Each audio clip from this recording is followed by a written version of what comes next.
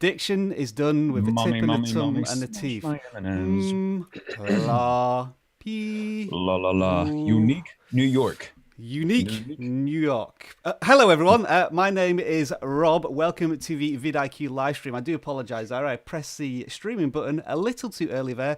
Myself and Lee were practicing some voice exercises before we jumped into this live stream. You are watching vidIQ. This is a live stream interviews, and we are joined today by Lee Steinfeld from Leonhart YouTube channel. 275,000 subscribers, 35 million views. It's an honor and a privilege. Welcome to you, Lee.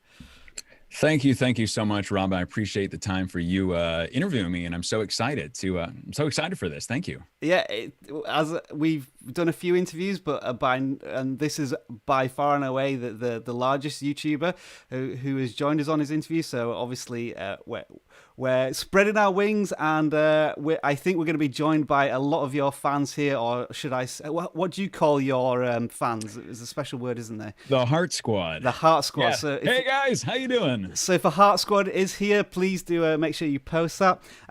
So what we're going to be doing in this interview is I've got a range of questions that I'm going to be asking Lee about his YouTube story, what tools he uses, how he's built his channel over the last couple of years, how vidIQ is involved in that in just a teeny way. But it's also open up to you because, of course, this is a live stream and part of the vidIQ community and, of course, the Leonhart community. We want you to ask your questions, and I'll be reading through the live stream and adding some of the best questions to the ones that we have. So let's jump straight into it. Let's get straight in there. I should also mention, if you are enjoying this interview, do please give it a like button, smash the like button, or tick of a like button, or caress the like button, however you, or gotta catch them all like button. I'll try and keep it on point with a Pokemon theme in this live stream. And please do share it with anyone who may find this interview interesting. On to the first question then, Lee. It's over to you. What's your YouTube origin story? How did you come about? So it was actually back in November of 2014 was when at the end of November 2014, I decided to finally make a video. And it is by far one of the most cringiest videos you will ever see. However, it is the video that got me started on this channel, that got me started on this amazing journey. And it's been 3 years now, a little over 3 years now. I haven't I think we'll touch on it later, maybe. The videos have been very diverse. They haven't always been Pokemon.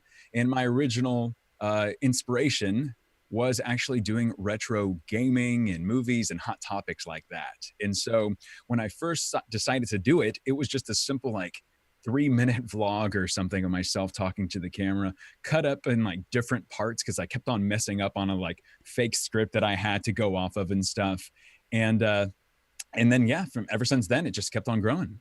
So even as a professional voice actor and somebody who has done work in front of camera and behind the mic professionally, your first video, you would admit, was not a disaster, but you just had to feel the fear and jump and do it anyway. How was that? Honestly, going in front of the camera was fine. It's just when you play it back and you're like, would somebody look at this and be like, what is going on here? And that's exactly what I didn't notice because I ended up publishing the video, but no one said anything bad or anything like that, thankfully. But as you grow in front of the camera, and I think I'll probably give some tips later on as far as camera presence and everything as well, you kind of just find your particular way of approaching being in front of the camera. And once you get comfortable, no matter how you present yourself, if you are comfortable and passionate about it, you will come off as more authentic and comfortable in front of the camera. And so a lot of, for my voice acting stuff, specifically for Funimation, I would be in the sound booth, and it wouldn't be necessarily recording me video wise, but audio wise, usually I would just have really good posture and make sure I was just confident of knowing what I would say. And so I tried using that to translate into on the camera presence, and my posture was great. However, it was just not as clean as hopefully it is now for people when they watch. Did you have any sort of strategy for your first video? Did you say, I'm going to try and appeal to this audience with this particular value proposition, or was it just let's get something on YouTube and see what happens? Absolutely. So the very first thing of wanting to start my channel was doing more like list videos, top 10, top 5 for retro gaming. But at the same time, Star Wars The Force Awakens, they just had their teaser trailer that released like that day.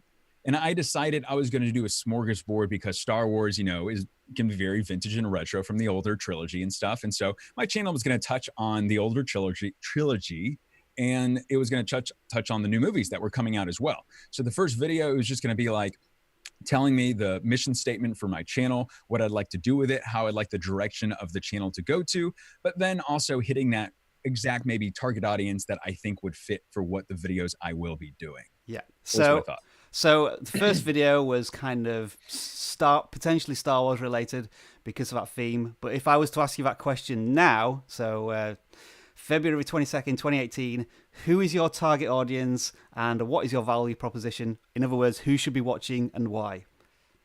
So I think for who should be watching, actually, I think it would be young adults, because a lot of my channel is all about older Pokemon cards and the nostalgia that comes with the Pokemon brand in general. Because when I was growing up, Pokemon first came out. I was the original generation for when Pokemon came out. It was massive. It was crazy. The show, the card game, everything, the video games themselves, the original ones. And I feel like a lot of people would also relate to myself getting excited about all the nostalgic stuff, and they would see it and it would hopefully rekindle their childhood passions and dreams. And it actually has done that. So as far as my target demo, probably around like, 18 to 30 years old, young adults. They may have some kids, but that's the great part of it. And for Pokemon in general is you get both the entire family watching the video, for the kids enjoying Pokemon in general, and then the nostalgic sake for their parents. And so as far as the value proposition goes, this was something that I think is by far the most important thing for a creator to come up with. And they should do it at the very beginning, or at least start kind of crafting what you think and then come up with like a single sentence or something of the value somebody would get. And I don't mean to be selfish or anything, but I like to think I would be the value proposition for somebody coming in. My personality, hopefully I don't sound weird or like I sound great. You like just listening to me, opening up the older packs, and how I react to the older packs brings back memories of going back to the nostalgic sake when you were a kid opening up older packs or playing Pokemon Red and Blue.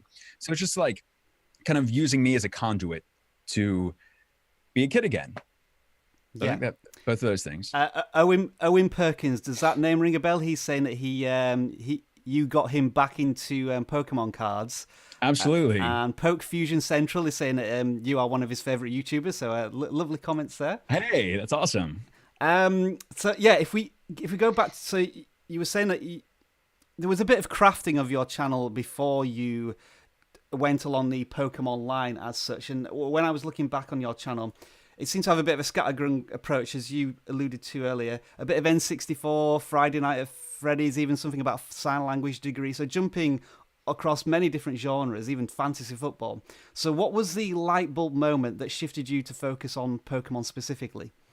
Well, as I mentioned before, the main thing that I would have liked to have done was a smorgasbord of videos, top 10 lists, retro gaming. So for Nintendo 64, I did like a top 10 favorite list, Sega Genesis, PlayStation, Dreamcast. However, I didn't know necessarily how to build up that audience not as well as Pokemon, because I started doing some Pokemon packs again. I started opening up the newest packs. I started going over in my closet at my parents' house and I found my old collection, started doing videos of those. And I don't know whether it's just being really, really passionate about doing those Pokemon videos. It just started hitting that I was doing the Pokemon videos, and a lot of other people started enjoying watching me opening up the different types of packs, whether they're the new ones, the old ones, going over my older cards in the collections and just seeing how happy I was to find these older cards or open up different packs that just brings you back to childhood. And so the Pokemon videos, those were the ones that just started getting more track and more people joining those, interacting with those, commenting on those, liking those videos. And so I'm like, you know what? I think we have a winner here. I am so like passionate about that specific subject. And I know I was, because I used to do it when I was a kid, and they're still creating cards. They're still doing generations of new Pokemon. And so that's just kind of what I fell into. And I found it very, very rewarding to myself. Yeah. So there wasn't one particular video that just exploded in that particular part of your YouTube journey. It was more the natural flow of things bringing you to that topic. And was there anybody else that you were aware of in YouTube who was doing similar videos to you, or did you think, I have something unique here, and that's one of the reasons why there's a community being drawn towards my content? Well, I first got to say the Pokemon community in general, not just for the Pokemon card community.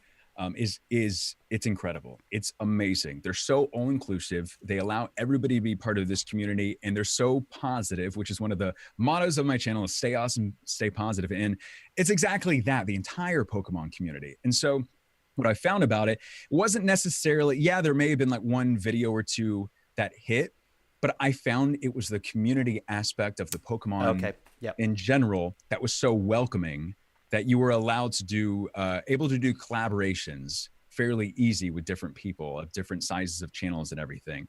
And we all had the same passion, and that was for Pokemon.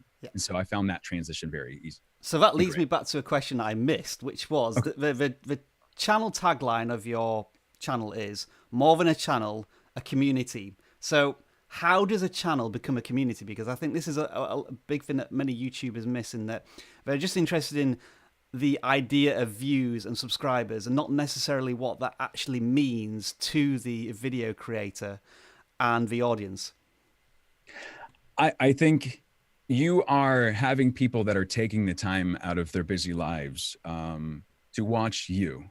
And it's an escape from the real world. It's no matter what problems are going on, I want Leonhart to be a place where people, like the all-inclusive part, everybody can come to, do something, watch something that you are passionate about, and do it together, and talk about whatever you want to talk about as far as like Pokemon or anything. And so when I was thinking of, and you can go back to think like maybe the very first video, that's what it was about, was helping others, giving to others, and creating a place where everybody is welcome. And to this day, 275,000 subscribers, but I still take the time on every single social media platform that I have, including Discord now. So everybody in the Discord community to go comment and chat with everybody, because everybody is worth the time to chat to. And that's what it's about, is you're not just a number, you are a person. I know that was super cliche, but everybody is a person. Everybody is a person. Everybody has a story, and they deserve the time. And so that's what the channel is about, is an escape from the real world. Come join it, and let's just have a good time about something we're passionate about. Brendino Dina asks, you have amazing values, bro. You should run for president. Any plans in 2022, is it? No, is it 2020? Something like that. Yeah. Well, thank you so much. I appreciate that comment. Are there any strategies that you use within videos to reinforce the idea of community? Like you have like the Heart Squad is kind of to associate you and your fans, or do you ask like questions at the beginning or the end of the videos, or are there any sort of messages that you are keen to include in your content? Yeah, absolutely. So first off, I always say we're more than a channel, we're a community at the beginning of almost every single video. And I mean it. I absolutely mean it. And I think it really does. It kind of like sticks on to everybody else. And they also feel like it's a safe, fun place to come to as well. It's a community. And so a lot of the times I will ask specific questions for everybody, because I love getting the opinions of everybody that's in the community. And I love hearing what they have to say. If there's any constructive criticism, I absolutely welcome it. I love just their input on everything, because I'm doing the channel, I'm doing something I'm very passionate about, but at the same time, I want them to like what I'm doing and enjoy it at the same time. So I'm always interacting with them by responding to comments, hearting their comments, but making sure I at least pin like a question or something at the bottom of every single video, so I can at least hear their input on something. Because it's one thing to just, talk to the camera and just be like, all right, see you later. Mm-hmm. Then it's another thing to actually get everybody in the Heart Squad or anybody else that watches the video's opinion on something. And it doesn't have to agree with whatever, I'm saying or anything, but it's just great to hear somebody else's take on something. Yeah. The Pokemon trading card genre of YouTube, was that a difficult scene to break into? Is a Pokemon sector of YouTube quite saturated? Or if you could just paint the landscape of the Pokemon community on YouTube? Well, I believe it wasn't even close to as big as it was now. As you know, of course, the algorithm for YouTube is much different and I actually than it was back then than it is now. And there could be like discussion of whether it's easy to grow now. We're talking about 18 months ago here. That's really when you started to concentrate on the Pokemon genre, correct? Yeah. Yeah. Yeah. So okay. So for 18 months ago, there was several bigger Pokemon YouTubers, and I did watch a couple of them, and it wasn't even close to I think as saturated as now. But at the same time, I like it that there's that many people that are in it. How many people are in it now? But going back like 18 months ago, there really wasn't. There was only like I think just like a few, and each of them they each had their own unique special characteristics that I just loved about everybody. And so yeah, I believe I came in a little late, but obviously it's still possible to grow no matter when you come in if you just are passionate about what you do. Yeah. And so I don't think it was saturated back then. It's a little more now just because Pokemon the trading card game had several things like Pokemon Go, a new set called Evolutions came out, which brought a lot of people that used to play the game, they back in. And so that gradually brought more people in. Brendina Dina asks, just going back to the community question, is it a risk to build a community as there may be infighting each other? So by creating your own community, you may also be creating a target for other creators. I guess the question is here, is it difficult to manage a community of your size? Like, not that there's ever been any scandals, and you say it's a place of positivity, all inclusive. But have you ever run into any tricky situations as such? Well, one of the things about just going on positivity in general is you got to embrace both negativity and positivity. But that being said, I am so proud of everybody in the Heart Squad and the community because there really hasn't been, I think that just goes to Pokemon in general. There really hasn't been anything really dramatic or anything, which is kind of just crazy. But I think it just goes to showing the people that are in the community.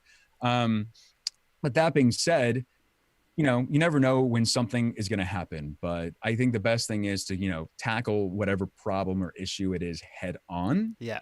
So it doesn't build up into a snowball effect and to get to something bigger later on. If it requires merit to actually take care of it, or just, it's not big enough and just let it pass over and it'll work itself out. And it usually does, just not to create drama over it. So So what you're saying is don't do what YouTube does and not communicate with anybody for a couple of weeks type of thing. Exactly. And I think, if YouTube's watching this right now, I think they actually are trying to be more better. Yeah, I think so. Yeah. Stuff, but you're absolutely right. So some positive comments of positivity here. Matt the Gamer is saying, Leonhart, you're the reason I do YouTube.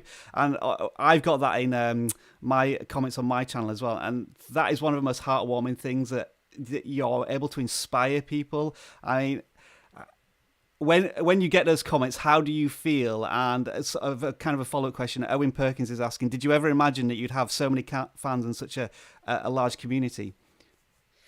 Well, did I imagine? Absolutely. I mean, you see all the funny, dorky skits that I do. I have quite the imagination.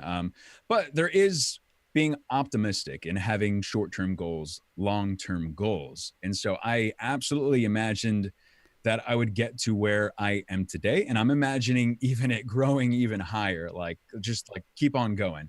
But when I see like Matt's comments, his comment and stuff, I'm the exact same way. Like I have my own inspiration or channels that inspire me.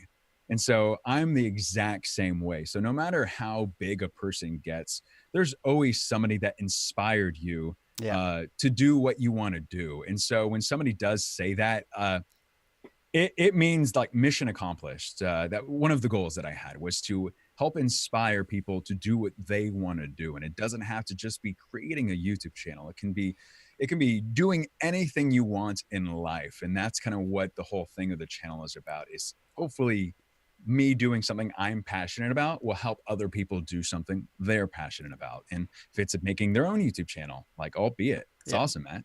So jumping forward to that question, actually, Albedo asks, who were and your inspirations on YouTube when you were first starting out? I guess when you watched your first YouTube videos and thought, I want to do that, who inspired you to do that? Well, there is this one person, you may have heard of him. I'm not sure. His name's Markiplier, and he's kind of big. And so I actually was wanting to play a game called The Stanley Parable, which came out a while back. And so I was like, looked up gameplay to get it. And I heard this guy was obnoxiously talking over the game. And I was like, I just want to see the gameplay. I don't want to hear somebody talking over it. But then I like clicked out of it, came back later that day, and I was stuck on to Markiplier for some reason. I don't know what is in his voice or something that he does, but it was Markiplier who is the ultimate inspiration for my channel. Jacksepticeye, of course, and his story. For Pokemon channels, the biggest one is Primetime Pokemon. And if he's watching right now, hi, how you doing? Yeah, he's incredible. He does a video every single day, and he's been doing it. He is the OG old school Pokemon YouTube channel. And so he was absolutely inspirational to me. And I still tell him that, like a month or two ago, I was telling him that, like, hey, keep up the great work. So Primetime Pokemon, Jacksepticeye, Markiplier were my three biggest inspirations. Have you had a chance to meet your inspirations and do any collaboration work with them? Primetime Pokemon, I haven't met any of them. I've spoken to Markiplier one time, but it was online, so it wasn't in person. So I wish, and one of those long-term goals, you know, it's not like obviously the highest one, is to meet them and is to hopefully do a collaboration of some sort with them. And honestly, like, I'm fairly optimistic. I'll make it happen. I think I'll make it happen. Question from Matt the Gamer. What will you do when you hit 1 million subscribers? I'm thinking you've got a very rare Pokemon card that you're keeping behind, just under your sleeve, that you're going to reveal for that, or any plans for any big milestones in the future? Well, I actually do have a vintage older Pokemon booster box. It's called the Jungle Set, or at least I'm about to get that box. And the value of it, I think, is around like $1,000. And I will be opening up that booster box actually very soon. It's going to be for charity. Like, it's all going to be for charity. And that's something that is huge. A part of my channel is using myself as an influencer in the kind of power that you have to give back. And that's what I'm going to be doing in the near future. And when I get 1 million subscribers, it's going to be massive. Like, I don't have necessarily something like right now. It's a little far away at the moment, isn't it? It's a little far away. I'm kind of just hoping I'll get to 500,000 subscribers by the end of this year. But even like, we're about almost getting to 300,000, and I'll be doing something for 300,000 and kind of 350,000. So kind of going like spurts of like 50, but at the same time, you never know when I'll just do randomly out of nowhere something big. So just get ready. You never know what you're going to get, but it's going to be big. I promise that. Give me a little bit of an insight into the world of Pokemon trading cards, then, because you've just mentioned that there's a box out there that's worth $1,000, and I know very little about the Pokemon trading card sector, I must admit, but I think of it in the same way that these YouTubers are very passionate about buying certain trainers and sneakers that are worth thousands of dollars. And I remember in my childhood, my sort of fascination of people and kids at school was buying the I think it was a Super Mario Brothers sticker book, or in the UK it was Panini soccer stickers or WWE stickers. They're probably not worth much now, but Pokemon obviously has managed to maintain its popularity for going on 20 years now. So yeah, just maybe an insight into the world of Pokemon trading cards. Absolutely. And I'll do it with a quick little story. So I went to a regional Pokemon event when there was like over several thousand people that attended here in Dallas, Texas, a couple weeks ago. And I was talking with some friends, and this lady walks up to me, and she can't speak English too well, but she's holding something in an envelope. And I'm like, with my fiance, Rebecca, and a bunch of other people. And she's like, oh, like, yeah, come on over. Came over. She wants to show me something. And I'm like, well, what's going on? And she's like, you want to show it by myself, like in the corner? So we go, just us two in the corner. She brings out, she goes, I have a friend that doesn't live here, but he specifically sent this card to me. and she whipped it out, and it was a $55,000 card. It was by far one of the rarest Pokemon cards in the entire world. It was a first edition base set Charizard, specifically graded by a grading company called Beckett Grading Services, and it got a perfect 10 score. So when I was able to hold that card, that was the epitome of like the Pokemon card game in general, because the prices and the value of the cards, they keep on going up. There's not only a market for the cards, but the people behind like wanting the cards, they're just as passionate about Pokemon as I am. And they love holding those keepsakes because they are around my age, and they love having these part of their collection to remind themselves about when they first started collecting. So the market in general, and not just necessarily for the older vintage cards, but even for like the newer cards, like this very new set that just came out, is really, really high demand for it, just because of the cards in general, of how they look and how playable they are for the competitive card game, which also affects the value of the cards. You mentioned briefly that you were at a convention, and One Bit J asks the question: have you met your fans in real life, I guess, at conventions? And that leads on to a more general point of how does it feel when you're sort of in this cocoon of making YouTube videos, and then all of a sudden there's people looking at you in Starbucks with a strange look on their face, or that somebody's walking towards you with a pen and paper in hand looking for an autograph. Do you feel as if you are almost like there's two different there's a YouTube Leonhart, and then there's the Lee Steinfeld who just wants to do some shopping at Costco? Well, like, first off, I'm just like an ordinary guy, just like everybody else, just doing something they're passionate about. If everybody else wants to join me on the journey, like, I mean, you're welcome to it, and let's just do it together. But at the same time, I'm very energetic and crazy in my Leonhart videos, and that's who I am, and that's who I am as a person. I don't fake any of that stuff. But at the same time, I feel like I'm a very introverted person, and I do need that like alone time, individualistic person, so that I am.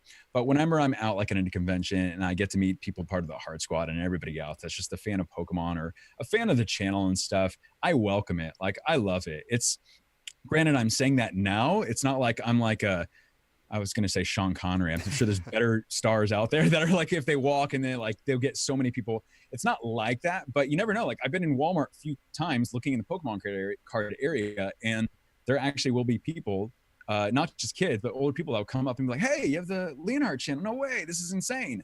And I welcome it. I'll spend like 30 minutes to an hour just talking to them, a random person that just walked up to me. So I absolutely welcome it. I like it. I don't think I'll ever dislike it unless it's like, a Justin Bieberish effect where they're all just like crowding over you and it's like very dangerous. I don't think it's going to get that way, but you never know. So I like it. I welcome it. It sounds like a collab tip there. If you want to collab with Leonhart, just hang around the Pokemon sections on your local Walmart and Toys R Us, and if he appears, just start shooting, and you've got a free collab there. Right. I want to talk now about your channel and how it's become this 275,000 subscriber community. When I was looking at your stats, it started to grow in the summer of 2016, and then in the fall of 2016, it exploded, I think, like 4 or 5x. Talk us through what happened, and then sort of how you've been able to maintain your channel growth. So I can actually, I'm pretty sure I remember the like exact video that what happened was I started doing where I just went to the store and brought people on that journey of myself going to a Walmart, a Target, a GameStop. And I just recorded it and I made it really fun. And I said fun 2 times. And there was many people that loved that experience because there really wasn't anything like that on YouTube. I think I called it my buying Pokemon card vlogs. And for some reason, I remember looking at the real-time statistics of that video and I go, it's only been 30 minutes and the video already had like 3,000 views or something. Ooh. And I was like, what's going on here? And all I could say is I'm pretty sure it just had to do with people seeing something they haven't really seen before on YouTube, like consistently, was myself going to a store, but making it really fun and interactive with people. And that also goes with maybe at that time, the YouTube algorithm really liked my channel because of that. I have no idea. It literally happened in that one specific moment, or at least what I thought. It was when I finally started paying attention. And I was like, oh, there's just a lot of views with it. So I kept on writing that, going to different stores. It was my buying Pokemon card series, which I still do today. I know it caught on to where like everybody started doing, going to the store and calling poking hunts and stuff like that. And it just kept on growing. And I kept on doing it and kept on trying to make it keep on being original. And I think it was in maybe September, October of 2016 that all of a sudden it went from like 17,000 subscribers to like 70,000 in a matter of 2 months. Yeah. And I attribute it to, one, it's the holiday season at the same time, but just I did a major overhaul of my channel at the same time. So, I mean, there's so much stuff. Like, I know I don't want to take up too much time, but there's so much stuff that it was myself going through my playlist, rearranging everything. I made a whole new banner on my channel, and it was the whole just putting better qualities and effort into your videos. Yeah. And that's where I came up with that original idea of the buying Pokemon card blog. It's interesting there, but it sounds as if you almost started a genre on YouTube of this Pokemon card vlog experience, which you say you moved on from a little bit. And Cody asks here, where did the inspiration for your segment Random People Opening Up Pokemon Cards come from? Such a happy, feel-good segment. Yeah, so my random Pokemon cards videos, which I promise everybody watching, I will be doing another one very, very soon. But it is very, it's very, even me, I can be shy going up to a random person. I just thought I was bored one day at my old job, and I had one of my coworkers, and I'm gonna go, you know what? Let's go to the store, get some Pokemon cards, and just ask random people around the entire like area if they want to open up Pokemon cards. And it was a little after, I think, the Pokemon Go when it came out. So it was more popular. People were back into it. Nostalgia was everywhere. And I just started asking random people, and there was not like one person that didn't want to open up cards. Everybody was wanting to do it, which made me want to keep on doing the videos. And I think I've done like about 4 of those, or 4 or 6 or something like that. So it was just a random idea that I had, because that's what I'm trying to do with my channel, is always come up with new, fun, original ideas that I think people would enjoy. And to be a dork. Speaking of the Pokemon Go trend, did you follow that at all, or was it kind of still a little separate from the main goal and strategy of your channel? So I have a Apple phone, and I found it really difficult. I didn't even know if there was a way to actually record my phone itself without like bringing my laptop around and like having a cable connected to it. And I didn't want to do it. I know other people were doing that. So the most I did, I think, was like a how to catch Pikachu in Pokemon Go video. That video, I think, has like almost 300,000 views or something. It was really popular back then. And then I think I did one video where I actually went to a massive park and had a different camera and was recording my phone with a different camera, like a professional camera. And that's what I did. So I think I only did like maybe max 4 videos overall of Pokemon Go. In retrospect, it just, I loved Pokemon Go, but it was more just like a side thing. I know there's videos out there that were completely dedicated to doing Pokemon Go videos. And that's what they, stuck to that specific niche. But mine was more into the cards, and I kind of just stuck with the cards. So moving on to yourself now a little bit, we can see that you have the, I forgot what it's called behind you, the foam that cushions the sound. Oh yeah, the foam that's now falling off on the back. Yeah, and you put on your channel banner that you're a professional voice actor. So as a professional voice actor, obviously you have a fantastic presence on camera. And I was just wondering if you were able to give any video creators out there maybe 3 simple tips for being in front of camera, because I certainly need those. Yeah, absolutely. And it was funny because I was just at Funimation Entertainment in Flower Mound, Texas yesterday doing 2 different shows, and I can't say which shows they were, what characters I was on it, but it's an ongoing thing, and I love doing it. And that leads me to my very first point, which I have to give credit to my fiance Rebecca, which everybody in my channel knows. Hi, how you doing? She thinks she's working today, but she's watching, so she should be watching. She told me when I asked her, what's like some good camera presence, I mean, like, what is it? And she goes, you already know it. You are passionate about it. You are passionate about the subject that you are talking about, and that is Pokemon. And I think that is the absolute absolute number one tip I'm going to give everybody today watching is be passionate about what you are talking about. Because if you are passionate, it means you are knowledgeful. If you're knowledgeable, it means you'll be prepared about all the stuff. I don't know if that made sense, but you'll actually know what you're talking about. And if you know what you're talking about, you'll be more confident in front of anybody, whether it's a huge room of people or just a single Logitech webcam that I'm using right now, but talking to thousands of people that are hopefully watching this right now. It's being passionate about what you are talking about. The second thing is actually having good posture, which now I'm off the camera, but it really makes a difference. Don't be slouched over and be like, hey, everybody. I mean, if it's your personality, it's who you are. But at the same time, if you want people to watch you, it's just as a societal thing. Would you rather watch a person that's just like, hey, how's it going? And or do I be like, at least have some good posture and, talk how you want to talk, but have good posture and you'll be, right in the middle or whatever area you want to be. So you won't be like slouched over and you can barely see them. So be, right on camera, be confident about it. And which brings me to my last point is you're going to be confident because you prepared and practiced. That's the final point. Just if you have a video that you want to do something on, know what you're going to talk about. I know you'll be passionate about it, but you can be passionate about it, but still come off like absolutely like, what is going on here? He's going like 20 different ways, which I probably do time to time. But if you actually practice and prepare yourself for what you're going to do, talk about, film, it's going to lead you to be way more confident, which will be better camera presence. So those are my 3 tips. It sounds like you had the 3 P's there: positivity, passion, posture, preparedness. Yeah, there we go.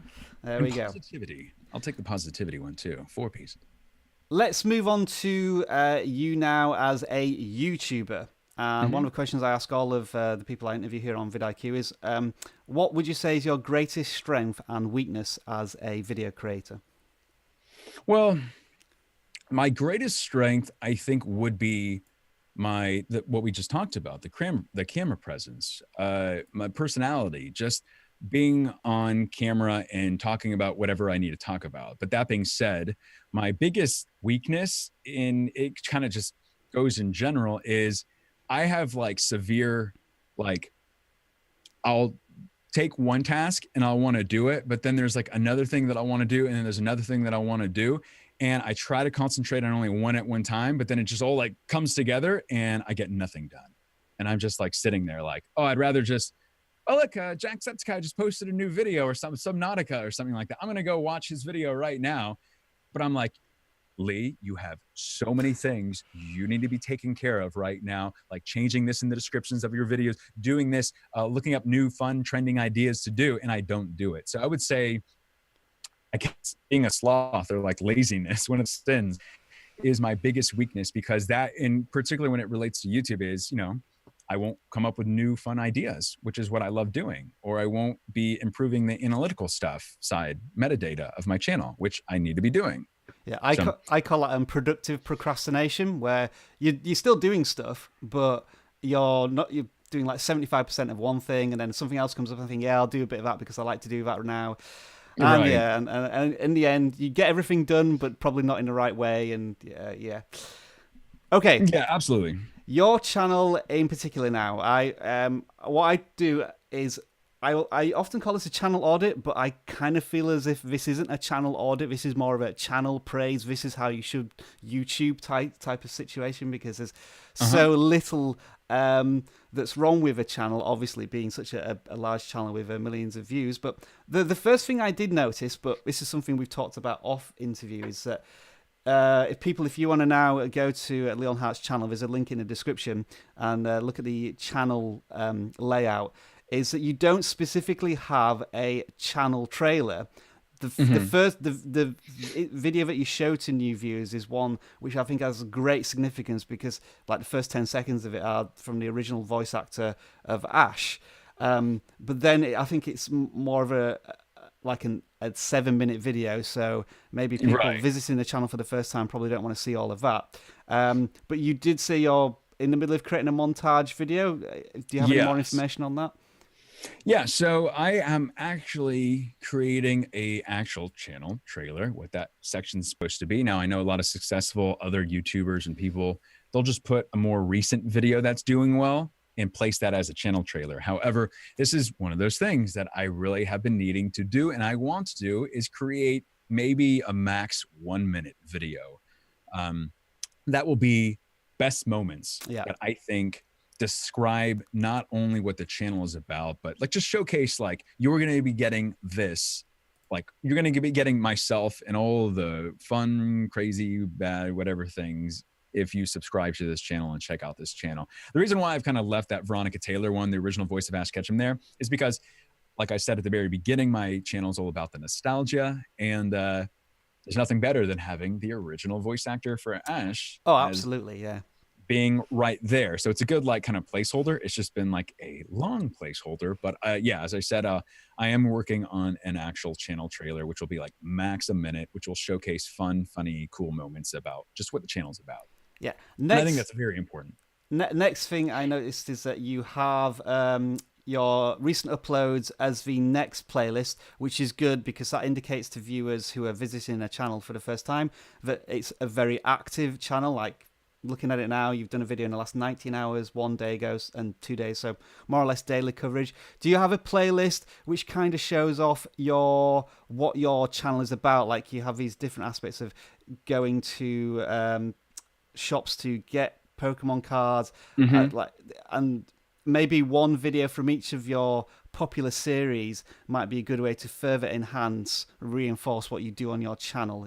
Do you have anything like that? Or so I originally had a like Leonhart's best videos playlist at the very, very top, even before my upload section. I don't think it's there anymore because I purposely moved it away because I'm kind of currently doing a restructuring of the main page. Okay. But that part was specific subtitle that said, new to the channel, check out these videos. Except those videos were kind of getting to be older videos and stuff.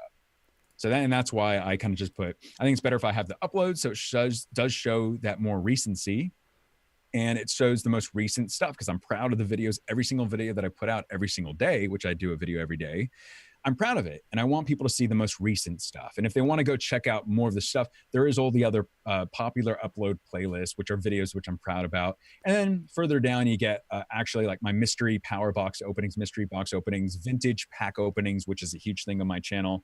And then I got the actual like buying Pokemon card vlog series, special videos, and just mystery box and general videos.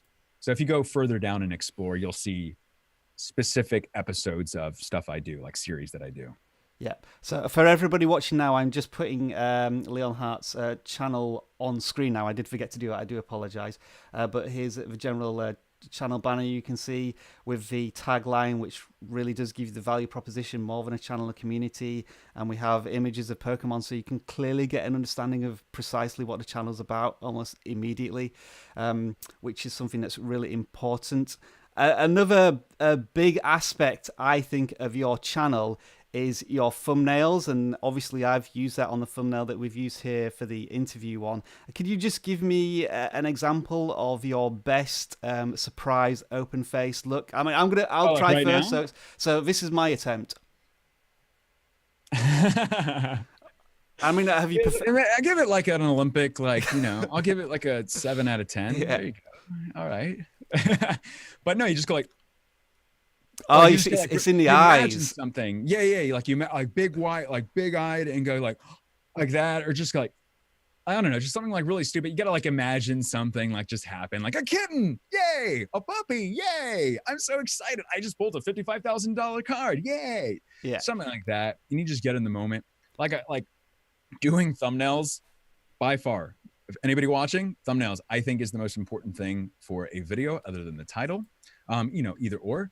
But having one that's very catchy is extremely important, very extremely important. So when I do like the stupid faces and stuff, imagine me doing them in a Walmart when there's a cash register line and there's people in line right there. And I'm like, oh, excuse me. Sorry, ma'am. Excuse me. And I have to hold it for like 2 seconds or something like that. So if you are ever having trouble doing a thumbnail, just think of Leonhart looking like that in front of a bunch of people at Walmart. But yeah, so that was the face, and thumbnail, very important. And we joke about it, but as you say, the thumbnail and the title are the only real two things you have to get a browser or somebody just flicking through videos to become a viewer. So I did mention that not only do you have the big open face reaction, but there's also some subtle techniques that you use on your thumbnails, such as you often give the focus of the card like a glow around it, or you use a fluorescent green arrow pointing at something. Again, it just, there's that subtle shift in color that really does attract you to the thumbnail. It's like, do you have any sort of principles or things that you must include in all thumbnails for that purpose? Well, that's kind of the thing. Kind of like a advice I give everybody is spend as much time on the thumbnail as you do on the actual video, like content itself, because you'll do like an amazing video, but then if you have like a really bad thumbnail, no one's going to click on it, and then you just wasted all your quality content. But that being said, you only want to go as so far with doing a thumbnail, like none of that clickbait stuff. But at the same time, you want to be enticing. You want somebody, with this world of YouTube in general is so saturated, you want to do something that will get people to see the video and things that are natural to a human being in general. Now, I'm not going to go into a whole like biology kind of thing right now, but I don't like the red arrow thing, so I like to use green arrows. It's just kind of like a personal thing, but arrows do really help, and they help get people like, ooh, arrow, and to point to a specific point on an actual thumbnail and stuff. And the whole like glowing thing, it really does kind of like set a contrast to the back of what's ever going on, to focusing on something on like the actual thing you want people focusing on. Like when I found like the older packs. Yeah, I think that there is some studies that have shown that when you do include like a green positive arrow on your thumbnail, it does increase the chance of a click. And something else I've also noticed is that it's almost as if your audience is conditioned to you appearing on the thumbnail. Like, I've looked through some of your thumbnails, like there's one with Ryan Reynolds on the front here as Detective Pikachu, but that has only 9,000 views, whereas ones where you were on tend to generally ranging between 20 to 60,000 views. That kind of seems to be your average. So it's almost as if your branding is so strong with you in the thumbnail that when they see something a little different, it's almost a little... it's scary of it, not even sure it's from you. Have you found that when you've been maybe experimenting with different thumbnails? and it's first off, it's always an experiment. So I'm always trying different thumbnails to see what works, what doesn't, because the actual thing that you're doing, like the subject matter of the video itself, it plays so importantly to deciding what is a proper thumbnail. Because sometimes I found old Pokemon card packs at Target. I didn't include myself in that one. I thought it would be better to just, the show is not me for this video. The show is the older packs. Now, if it's like Leonhart's trip to Beckett Grading Company, that was about me, and I couldn't think of a better thumbnail and stuff. So it was just like me in front of the actual grading services. So it really matters on the actual subject matter. But that's what I like about community, is I want to do a video that, where you can talk about anything for the most part, but they're coming to see me and enjoying whatever I'm doing in the video. So hopefully it'll get to that. It's gradually getting to that, and I think it'll keep on getting better. Another thing you do with your titles is that you capitalize them. Is there any particular reason you do this? We've often had some sort of discussions on vidIQ about, oh, you shouldn't capitalize your titles because it's a bit clickbaity, and then like the halfway house is like, maybe you want to capitalize an adjective such as big or strong or powerful or most. What are your thoughts on that? So if there are specific parts of a title that I want to be the hook, or like to get people to watch, I'll usually capitalize those parts. And then if it's like just like a dash, and then there's like another part of a title or something, I probably won't capitalize that part. So it's just kind of like probably basing it off of like when I used to watch Markiplier, and I still watch them, but whenever like I saw those, they would have something in their Let's Play, this happened, dash, and then the name of the game. So I kind of just stuck onto that, and I use that, and that's just kind of what's been working for me. So I don't really, I'll change it and experiment it with different videos, but for the most part, don't fix what's not broken, I think is the quote. But yeah, good stuff. I'm now looking at one of your videos in particular, the massive Pokemon cards haul from Walmart, a fairly recent one. And your content is now at a point where you can actually rank with high volume tags, such as I think Walmart was ranking for you. It isn't today, but I think when you first posted this video, you were actually ranked for Walmart, but you're still ranking for Pokemon cards, Pokemon, Walmart. Pokemon cards. Was there an evolution there? Like, did you have to concentrate on long tail keywords to begin with as a smaller channel, but now you're able to dominate sort of any real search term relating to Pokemon?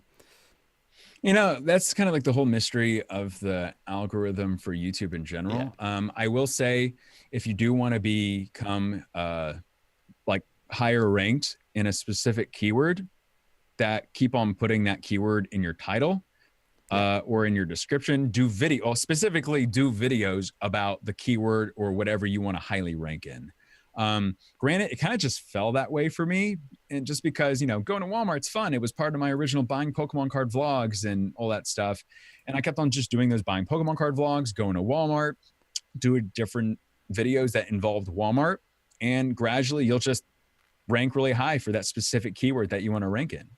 So keep on doing the particular subject, not only for your titles, but more importantly, the actual subject matter. Yeah, in the vidIQ's SEO tool, we call it the triple keyword score, where you're just reinforcing the tag over and over again not over and over again, but you're putting it in the tags, titles, and descriptions.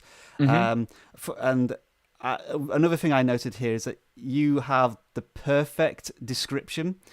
So if anybody's watching this and wants to know how to write a description, the first two lines of a description are very important because that's what appears potentially on recommended videos, and that's what you might see not when you're not on the video, and that's what YouTube will index the most. But you managed to reinforce your tags, like Walmart has a big sale on Pokemon cards, massive Pokemon box haul, join the Heart Squad, but you also include your subscription link in there as well as I think using Bitly as to shorten the link. I need to switch it to a Google shortener. That's one of the things I was talking about, procrastinating. But it's almost like it perfectly fits onto two lines. Do you know like the exact character amount, or was it just a bit of luck that I've managed to find a description here where everything seems to fit perfectly before the show more section? If I wanted to spend more time on it, I would. It kind of just usually falls into that. I don't know the magical formula as far as like how big a description should be. I kind of do experiments with it. And that's what I suggest everybody do, is do experiments, see what works for your channel, what YouTube likes about your channel. For some reason, I think YouTube likes it when I just do specific shorter descriptions like this. Yeah. That being said, I used to do much like paragraph descriptions, and hey, if that works for you, by all means do it. I may still do it experimenting in the future. I don't know.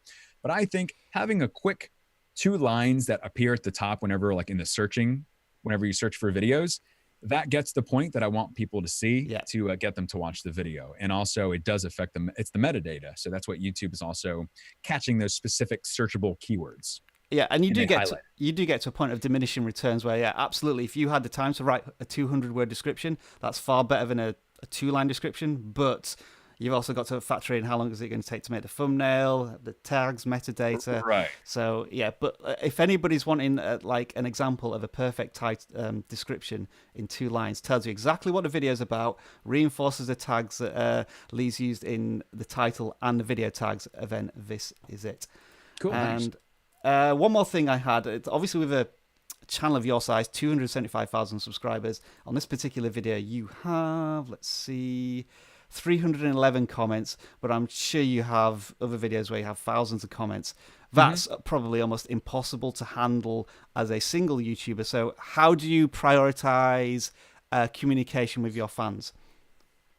Honestly, and the fans are everything. The Heart Squad's everything to me. And this goes as a person of who I am. I take the time to respond to as much people that message me or contact me as possible. So it'll be like 12 o'clock in the morning and I'll be on my Instagram and I'll go be throwing my messages on Instagram, my emails.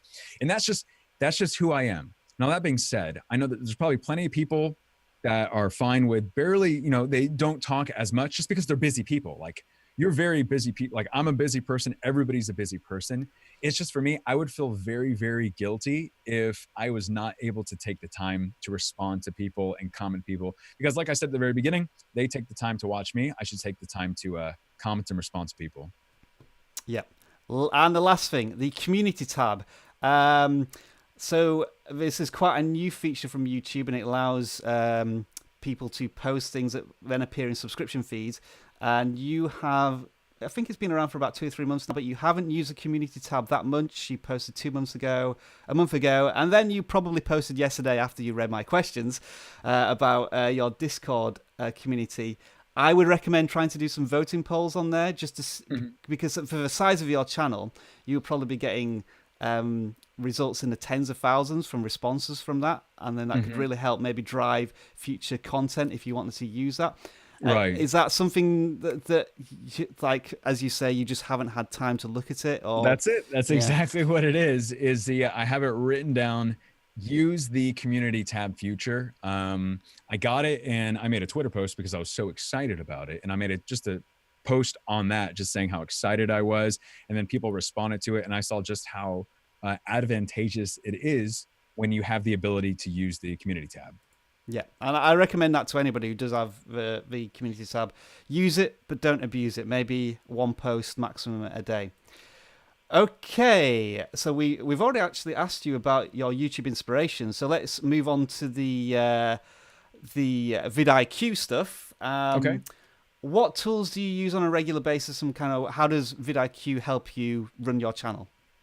So actually, I use the boost feature from vidIQ. And if people don't know what that is, there's an ability on each of your videos at the very bottom when you are uploading it. And while it's uploading, you can press boost this video and it'll help you search highly searchable keywords and stuff that you can put in your little 500 character limit keyword thing. And so I'll use that basically every single video.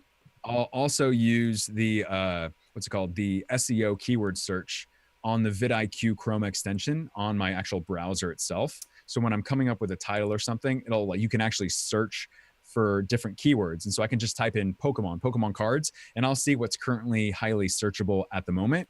And I'll try to use that. But at the same time, if it doesn't fit and it's highly searchable and it doesn't fit that specific video, I'm not going to use it just because I don't want to use it. And plus YouTube's going to know that YouTube is smart, and YouTube knows when you are trying to game the system and stuff. So don't do stuff that you shouldn't be doing as far as like the keyword search. But yeah, boosting videos, super important. And that's what I use through vidIQ. And I think you're the first YouTuber who's mentioned like the Chrome extension aspect of our tool, which is sometimes often missed. We have, when you install the Chrome extension, you do have a vidIQ button, which gives you access to all sorts of web suite applications as well. And Lee was just mentioning there the keyword research. So if you are a vidIQ user, have a look for that button in your Chrome extensions and just maybe have a quick visit of those extra features that we do have there. Okay, right. We're moving on to the quick fire round, Lee, where I ask you 10 questions. And what I want you to do in the chat, folks, is once we've got through these questions, start preparing your own questions as we'll sort of go into a bit of Q&A with the time that we have left here. So are you ready, Lee? I am ready. I stretched. So these are one word or one sentence answers. Let's rock and roll. Other than YouTube, what social media platform do you use most? Facebook. What's your current main video camera and why in one sentence? Canon Rebel SL2, because it's light, compact, but it still does the job.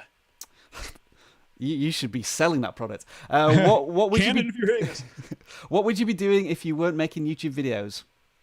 Well, I'm actually a licensed attorney, so I would be an attorney. Are there any interesting? This is a side question. Are there any interesting Pokemon stories that have gone through the courts or anything?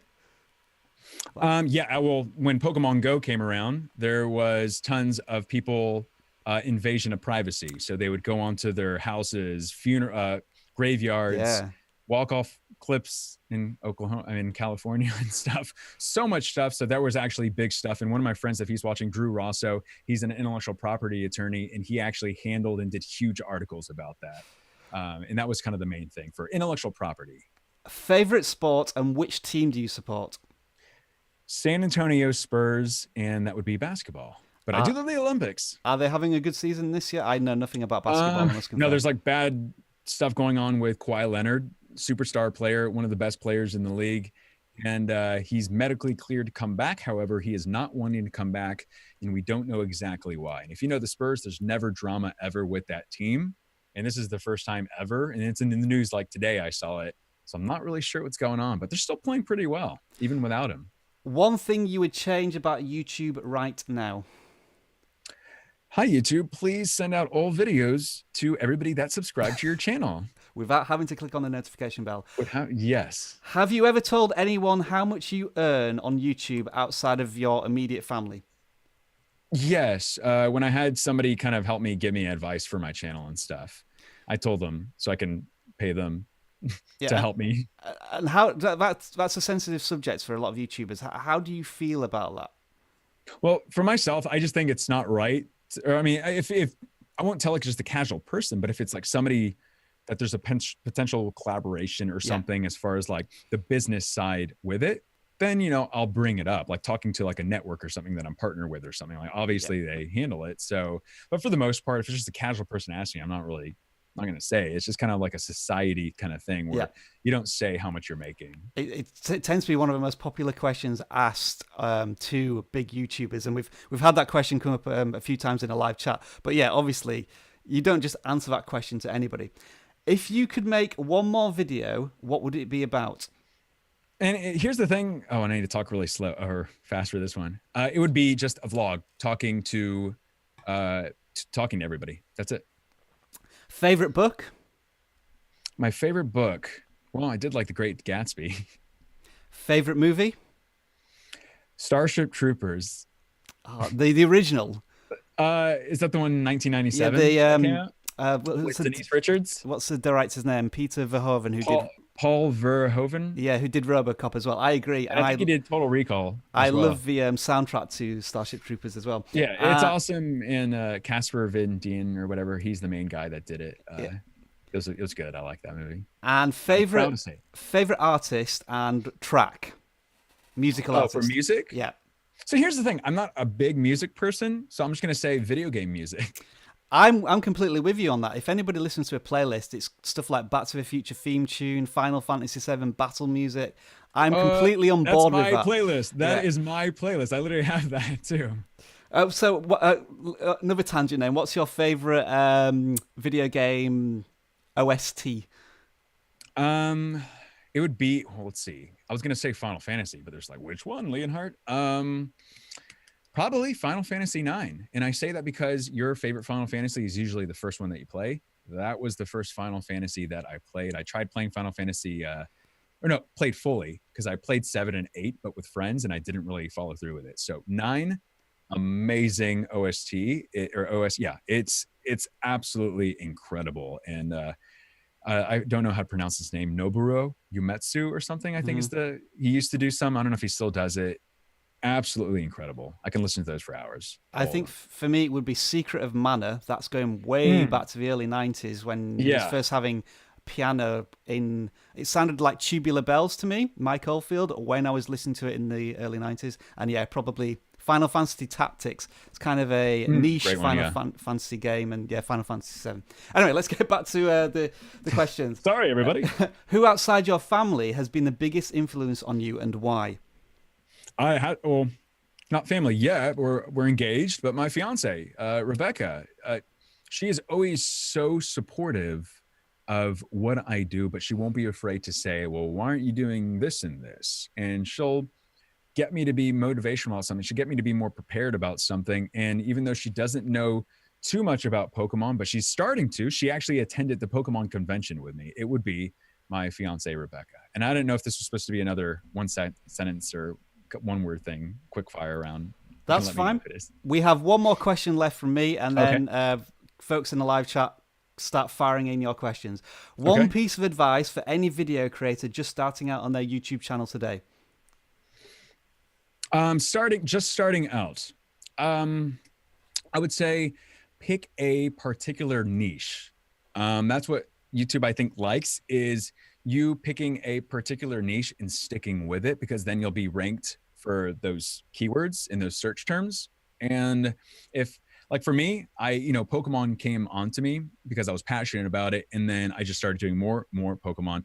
Bam, YouTube officially recognizes me as a Pokemon channel now. And that's what I'm like sticking about. So if I like, all of a sudden start doing, like, I can do like Yu-Gi-Oh or maybe some Magic, and there'll be people part of my channel that like that, so they'll watch it. But if all of a sudden start doing like a Lego video or something, it may not, it's not going to go as well as a Pokemon card video. So I say, if you're just starting out, pick a particular niche topic and stick with that topic, learn all you can, know the trends of that particular niche, and just stick with it. Yeah, I think brilliant advice there. You may not realize this when you're covering a topic over and over again and not getting the views that you want, but somewhere in the background, the algorithm is identifying that you're sticking to a topic.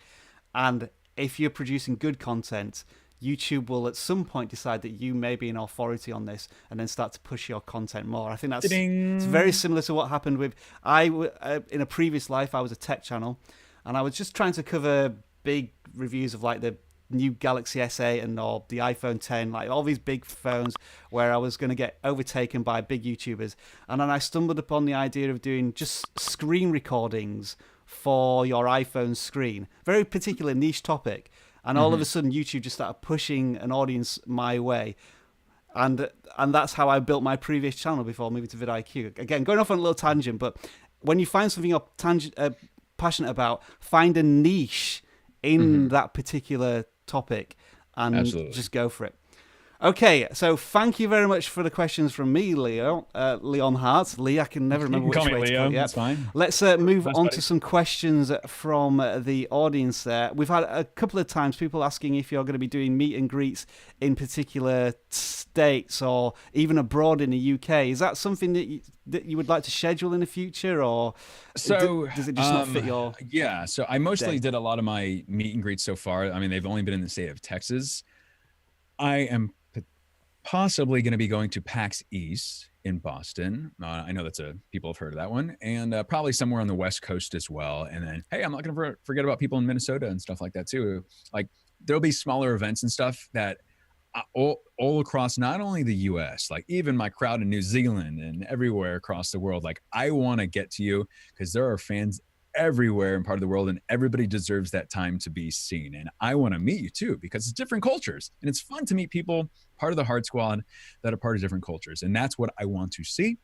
And I promise to everybody, it's all about getting the resources and the time to do it. And but part of growing, part of my goals is absolutely doing it. So I would say the most recent one that I'm proud, like biggest one, is probably it may be PAX East would be the most, and that's in Boston. Are you still like a one-man YouTube crew at the moment, or have you thought about building a team?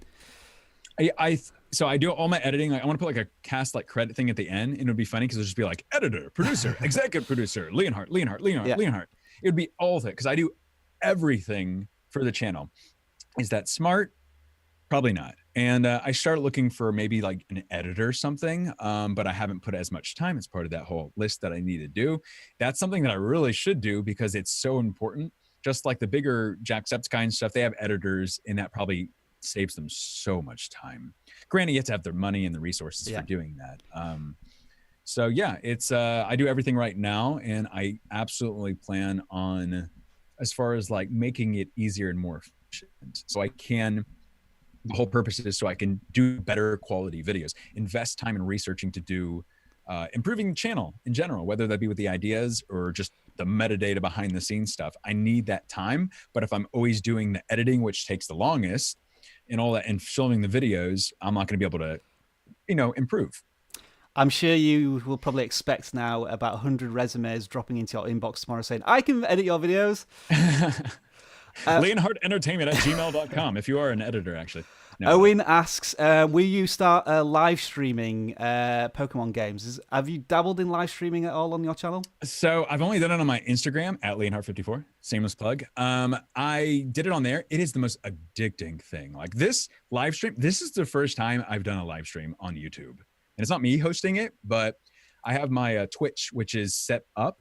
But I'm waiting till I move into my new place to where I'll actually have better setup to where I will be able to do live stream. So the answer is absolutely yes. It will not only be games, but it'll be me opening up Pokemon cards and anything you can think of. So yes, live streaming is awesome, as you know, Rob. Another question that came in, but unfortunately the name has disappeared off the chat, is if you could collaborate with one YouTuber, who would that be and why? Well, like I said, it's got to go with the inspiration. Markiplier, absolutely, his charitable efforts, his genuineness, I don't know if that's a word, just how real he is in his videos. I think that would be a great collaboration, just because a lot of people do say I'm like the Markiplier of Pokemon. And granted, yeah, I watch his videos and stuff. So it obviously, subconsciously, his kind of way he is rubs off to me. But at the same time, I've been watching him for years. So I kind of know, based off of like those live streams, how he, like, how he presents himself. But I think we have a lot in common as well. So I think it would just be fun. Like our both dorky personalities and stuff would make a great video. Have you tried to contact him, or only does he have a layer of people? Like I spoke to him for like a second. Yeah. But that was like a second, and that was like a little while back. However, there is potential possibilities, like in the future, and I'm kind of actually working on it at the moment. And it's not me just standing outside his house going, "Pick me." No, it's actually like some of the other friends, like Tyler and Bob, Moiskrim and stuff. I actually am better friends with them, but at the same time, you don't want to like push boundaries and stuff. Yeah. So it's a work in progress. You never know. You have your first application from Poke Fusion Central. If you're looking for an editor and can possibly help, I can make whatever and show you the credentials. So we'll you must have 3.9 GPA and Harvard MBA. There we go. The next question was from Kids versus Dads Gaming. How long did it take you to get to 100,000 subs? And I guess a kind of follow-up question is, how did that feel? What sense of achievement was that for you? Well, unfortunately, I don't have my silver play button here. Actually, I keep it in my bedroom in my house because I have it on the wall as like a daily reminder. Wake up with that purpose, go out there, tackle the world. Inspirational. There you go. But it's so different for every single person. For me, it started November 2014. It wasn't until September and October of 2016 that I find, and it took that long for me to get to the 17,000, 20,000 subscribers. Granted, I may have not known the topic of what I was doing, wasn't as good as YouTube. The algorithm was much different than it is now. So there's different ways to get bigger, faster at the same time. But when I finally hit 100,000, it's so exciting to finally feel like you've reached a certain goal, but at the same time, I was already ready for hitting 200,000. Yeah. Because you hit that goal and then you're like, now what? I hit it. What's the purpose anymore? That's where the actual short and long-term goals written down come into play. Yeah. And that's why I was like, I hit it 100,000. It's like celebrate, but it's just like in like football, you win the Lombardi Trophy and stuff. Let's start tackling the next season and stuff. And that's kind of how it was. But you got to take the time and party and celebrate. And I opened up a base set booster box for charity for mental health and suicide prevention. And that box, Rob, is worth it's now worth like $2,600. It was worth $1,600 when I first opened it up. But so that's what I did. I was so excited. I opened up a base set booster box. Once we've gone through the rest of the Q&A, we'll get back to your the charities that you support on your channel, because I think that's something that's definitely worth touching on. Matt the Gamer, Chrome or Internet Explorer? I use Chrome. Does anybody use Internet Explorer? Exactly.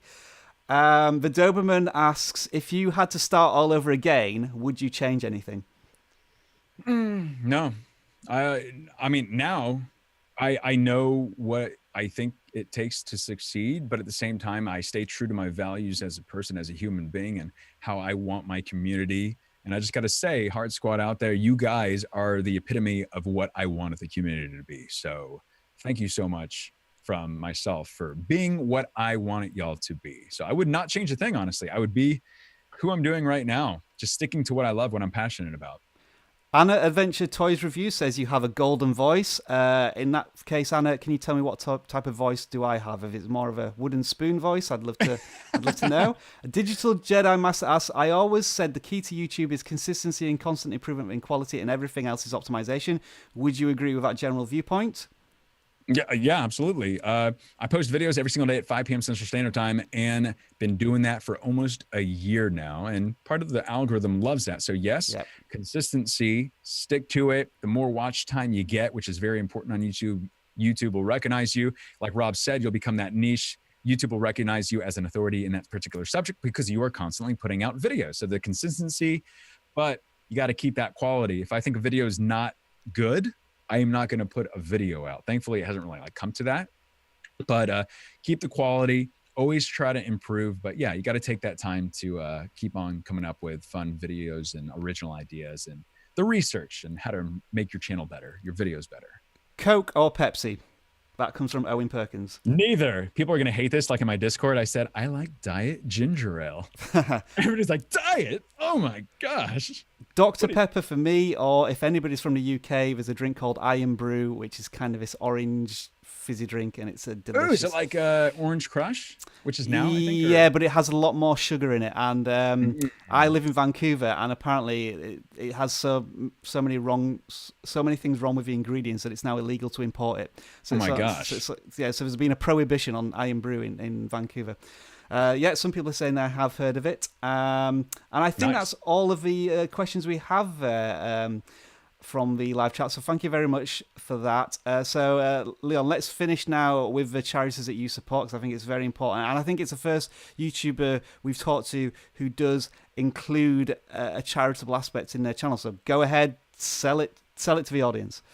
Absolutely. So before I even started my channel, when I was watching Markiplier, obviously I saw him and everybody else do some charitable efforts with their channel, with the power that they have. And like that cringy first video that I have on my channel, which is still up right now, my first video, I have 2 different charitable organizations that I was dedicating the launch of my channel to. That was the Save the Children Fund and Breast Cancer Research Foundation. Now, each of those foundations are ones that have personally affected me, or I believe have a great cause and are legit. But those are not the only 2. I can't tell, the Cure PSP Foundation for progressive something, I can't even pronounce it, like it's such a big words, but I had a family friend, he passed away from it was a brain disease disorder that happened.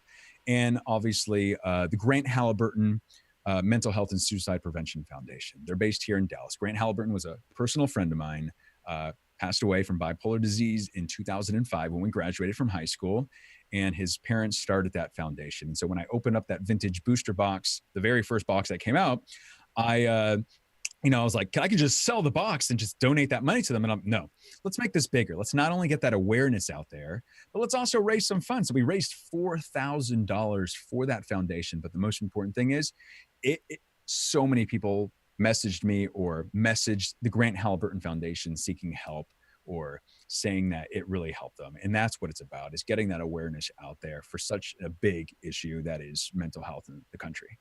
Absolutely, yeah. And you can vote for me for president later on. No, I'm kidding. Yeah, and when you have an audience of 275,000, the opportunity to spread that awareness is multiplied so much. And I believe the links to some of those charities are in your About page on your channel. Do you put them in the description as well of your videos? Certain ones I do. Okay. I don't have them in there right now. When I do my new charity coming up, yeah. It'll obviously be in there, and then it'll probably be like a little campaign and stuff. But yeah, my About section of my page has several links. And I'll make sure to leave those links in the video description. Sure, I appreciate it. Thank you. This interview. So it just leaves me to say thank you very much for your time, Leon. It's been an absolute honor. And yeah, it's a fantastic interview, as always, here. Yeah, thank you so much for taking the time. Everybody out there, watch this guy's videos. I watch him to improve. vidIQ's videos. He does an amazing job of them. They get straight to the point. They're honest. And frankly, he does a fantastic job. Your camera presence is great. So I don't know what you're saying about it, but I think it's great. You do a great job. And thank you so much for taking the time to inviting me on here. I appreciate it. And your check is in the mail for that promotion. Thank you very much. No. He's kidding. There's nothing like that. Where can we find you on the interwebs all over the place? So my YouTube channel, it's youtube.com/Leonhart54. My Twitter is the same thing, Leonhart54YT, and Instagram, Facebook, Friendster. No, I'm kidding about the Friendster part. But yeah, all basically the social media platforms, just search for Leonhart on there, even Twitch. Search for Leonhart Plays. I will be doing live streaming finally, and this is kind of like a springboard, hopefully, for getting me to get on in there and do it. Thank you very much. And if you're watching this video, you obviously know where vidIQ lives. All right, everyone. Thank you very much for joining in this live stream. I really do appreciate all the chats there. And we will see you again soon. And I will leave you with the usual tagline of vidIQ, which is enjoy the rest of your video making day. Over to Lee. And stay awesome, stay positive, and we will see y'all in the next video. Bye.